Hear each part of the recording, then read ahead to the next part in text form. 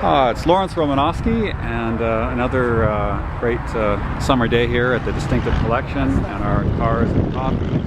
And as usual, I just do a little walkthrough and see what's here. So,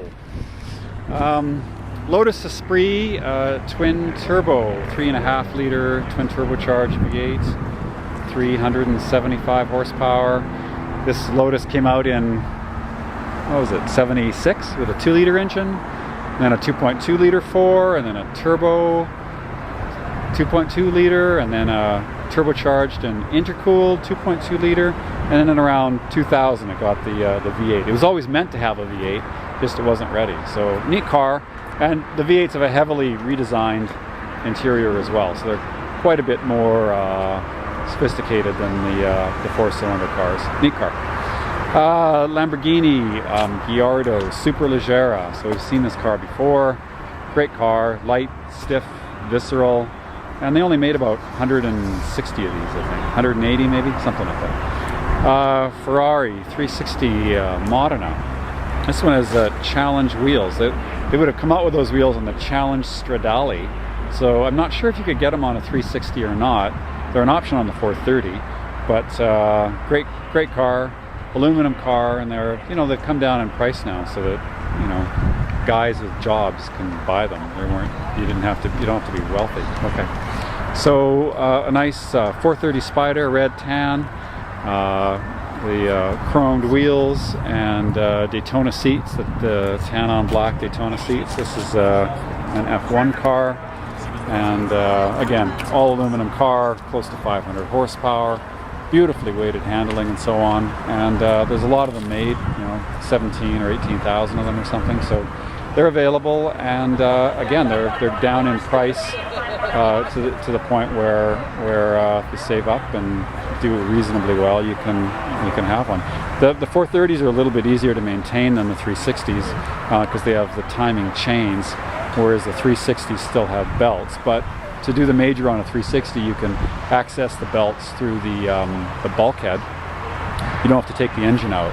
Whereas on 348s and 355s, you have to drop the whole engine out of it. So 430 for maintenance, it really isn't too bad. Just annual filters and fluids and so on.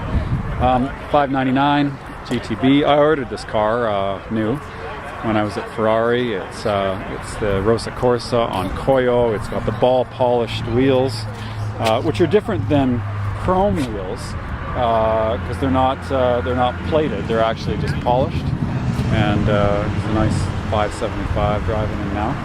And this car is kind of unique because it's got the Daytona seats with the red inserts, an F1 car.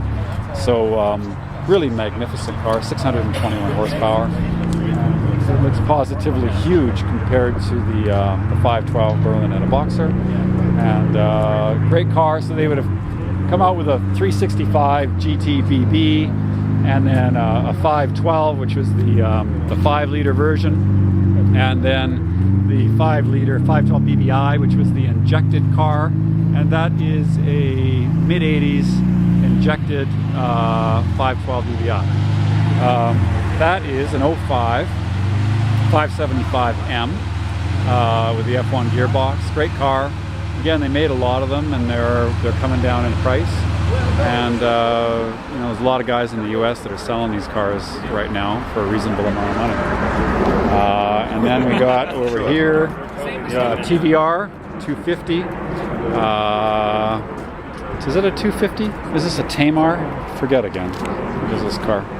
I think it's a Tamar. So this is a TR6 engine car, and glass fiber body, lightweight, really beefy, tubular steel frame, and a rare car with a Webasto sunroof. Neat, fun car.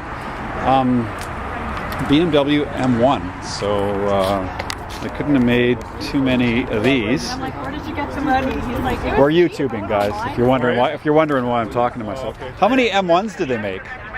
Under 1,000, huh? 500, 600? They just need enough to homologate it for racing. Yeah. I don't know, but maybe John knows. Anyway, I don't know how many M1s they made, but in the hundreds anyway, not 1,000, something like that. Maybe as little as 200. This is an unrestored car. It's a driver. The guy takes it to the track. It sounds in the original road tests. Everybody commented on how civil it was compared to the Lamborghinis and the Ferraris, and how refined, almost like the NSX when it came out in 1990. But you don't see many M1s driving around. There's only one in town, and you know, it's a blue chip classic. I'm sure. It's the best car here, yeah.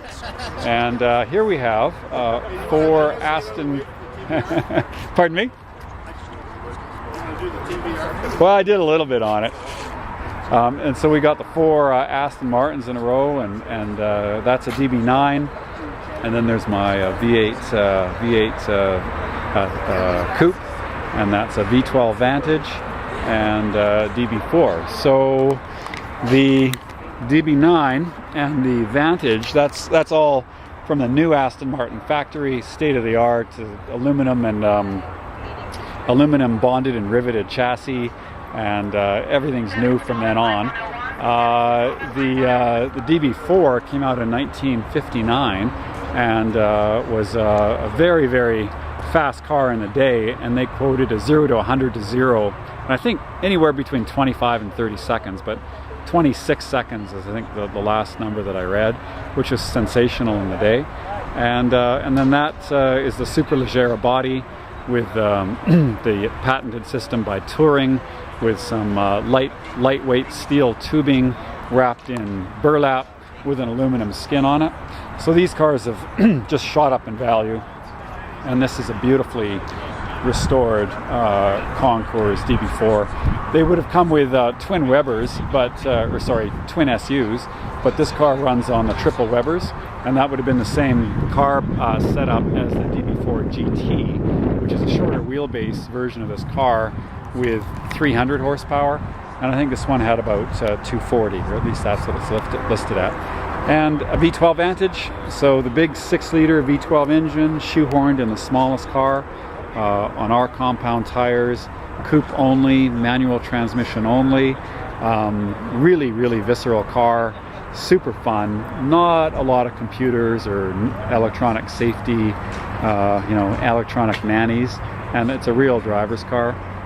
And my lovely V8 Vantage, which I'm actually getting quite a bit of use out of now, and very soft car, like almost a boulevard cruiser compared to the rest of them, but charismatic and very 70s, and great V8 growl to it. They actually ran this car at Le Mans in 1977.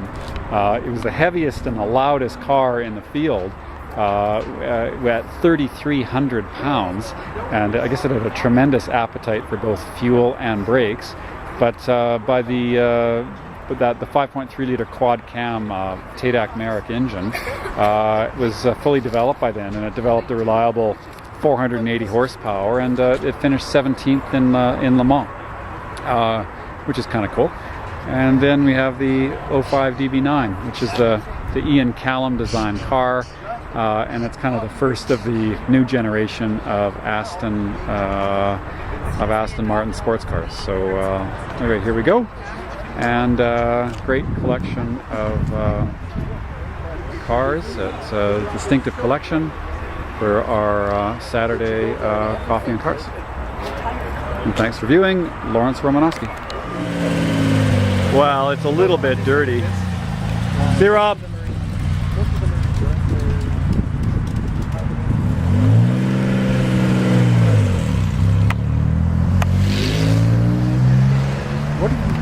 I just love the way this sounds.